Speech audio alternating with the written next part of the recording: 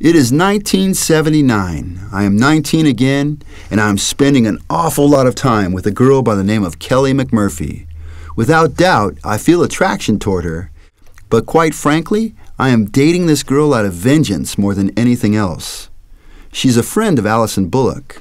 Allison had the audacity to break up with me a few months ago, virtually ripping my thumping red heart from my chest cavity. Okay, maybe she didn't rip my heart from my chest cavity, but she did hurt my feelings, and she definitely embarrassed me. Kelly is good-looking, one of those full-figured gals. My mother does not care for this girl. She's loud and exceedingly forward, making all the first moves in this situation. Come to think of it, I can't even begin to keep up with Kelly McMurphy. It's a warm summer night, Friday. Kelly and I are at the Hawthorne Community Fair with Ricardo Morales and his latest playmate. Ricardo is my roommate, and he is remarkably adept at the playboy lifestyle. He's the only guy I know who actually has one of those little black books, and it's filled with scores of phone numbers. His younger sister, Daphne, discarded me for a guy with a silver Corvette last year, inspiring me to make a statement by joining the United States Air Force, where I spent just a few months before being discharged due to my unsuitability to military life. Ricardo and I rent his oldest sister's enormous house in Hermosa Beach with 6 other guys, none of whom have the inclination to clean up after themselves, ever. When we go to the beach, Ricardo makes it a point to discreetly tell the girls we meet that we are young lawyers or doctors, and we live in our high-dollar beach house just a block away. Ricardo is always ready with a line. Once he asked a couple of sunbathing beauties to keep an eye on our metal folding chairs while we walked up to the house to make a refreshing, ice-cold pitcher of lemonade. They agreed. I followed Ricardo in a sprint up to the house. Don't worry about a thing, Billy boy. The old lemonade trick works every time.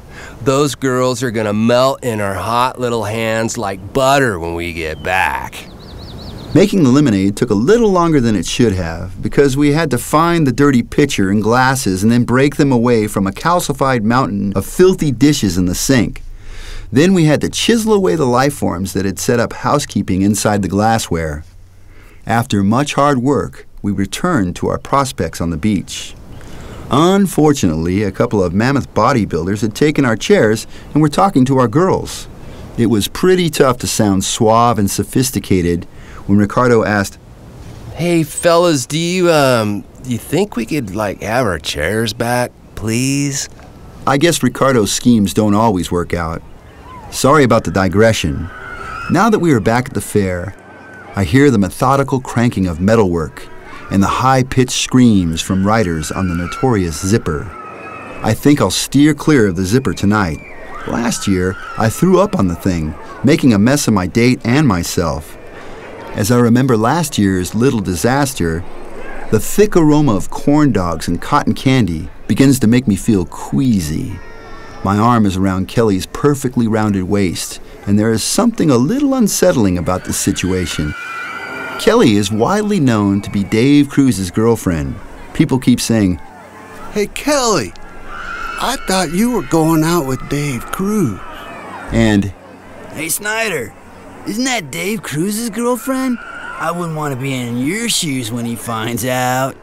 I do not know Dave Cruz personally. I do know his brother Richard, and Ricardo Morales is a friend of Dave Cruz's. I know of Dave Cruz. Everybody knows about Dave Cruz. He is a starting defensive tackle for San Jose State, and he is arguably the best street fighter in the South Bay area, standing 6.5 feet tall and weighing upward of 260 pounds. He isn't what you'd call muscular, he's just big. In contrast to his size and reputation, he bears a soft, angelic baby face. He is known and feared for his power, agility, foot speed, and quick hands. I have never actually seen Dave Cruz fight, but God knows I've heard the stories. Cruz is best known for his fight with Kurt Moore, the toughest kid ever to come out of Hawthorne High School. Moore is 6 feet tall, weighs a rock-solid 240 pounds, and is strong as an ox. He was an all-CIF heavyweight wrestler and linebacker.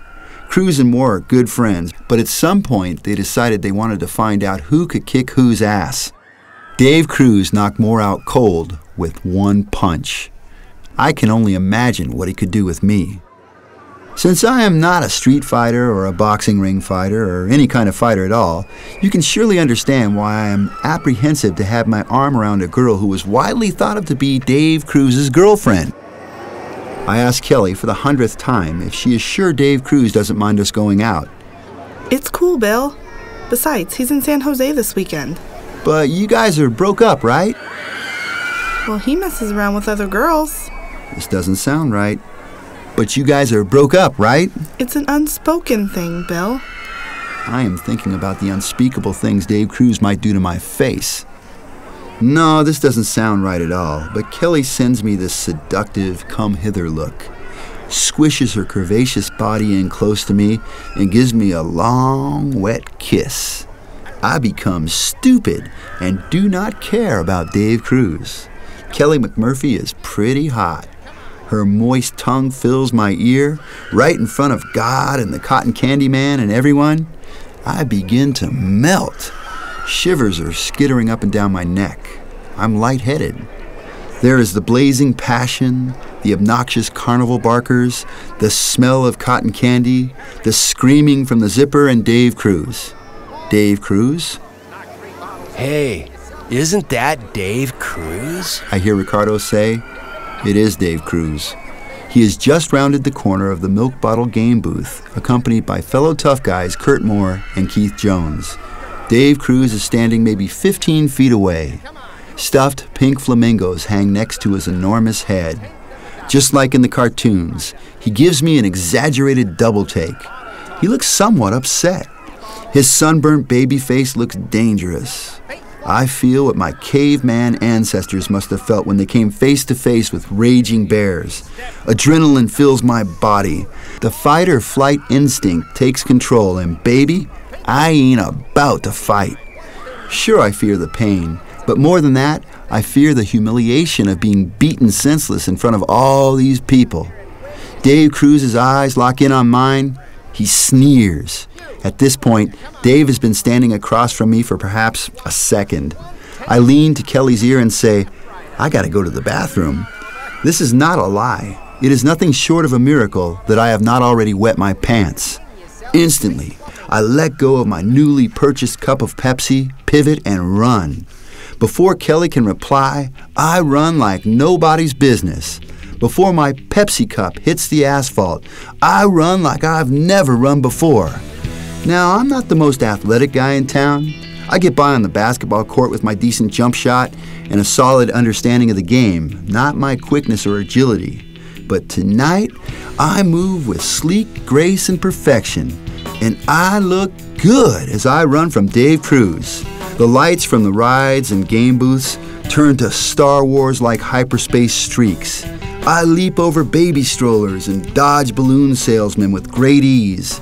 Bobby Agee, the star running back of Hawthorne High's football team, has nothing on me. Not tonight. Tonight, I am the juice. I do not look back because I know how fast Dave Cruz is, and I understand that looking back can cost time. I come to an 8-foot chain-link fence with 3 strands of razor-sharp barbed wire at the top. I do not stop. I do not think. I hope somebody is watching as I execute the most athletic move of my life. Grabbing the chain-link fence with my left hand, my momentum propels me to flip gracefully over the barbed wire, feeling like Bruce Lee as I drop with cat-like grace on the other side. Please, God, make sure somebody saw that move, I say to myself. But I do not stop or look back. Dave Cruz is fast and capable of exploding right through that chain-link fence. I sprint the 3 blocks to my mother's house in what I am sure is Olympic record time. With Dave Cruz on my tail, I am the fastest man in the world. I rocket through the tree-lined neighborhood of my formative years. Danny Rich's mother is watering her lawn, and she speaks to me as I pass. Einstein's physics have come into play. I am moving too fast to make out the words, and she looks warped and distorted from the corner of my eye. Easily, I vault the hedges alongside my mother's house. 3 smooth strides bring me down the driveway to the swinging gate to the backyard. Effortlessly, I hurdle the gate and crouch behind to watch for Dave Cruz.